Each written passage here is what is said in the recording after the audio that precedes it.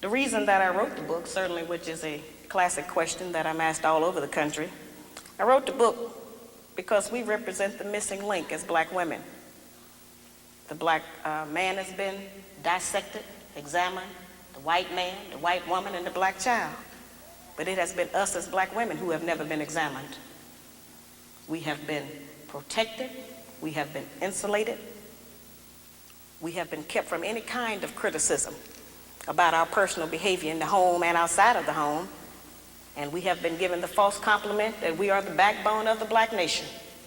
There is no doubt in any community in this country that the men in those communities are the backbone of their nations. There is no doubt in the white community that the white man is the backbone of his nation. The European, the Buddhist, the Korean, the Japanese, the Hispanic, all of those men are the backbones of their community, and there's no doubt about it.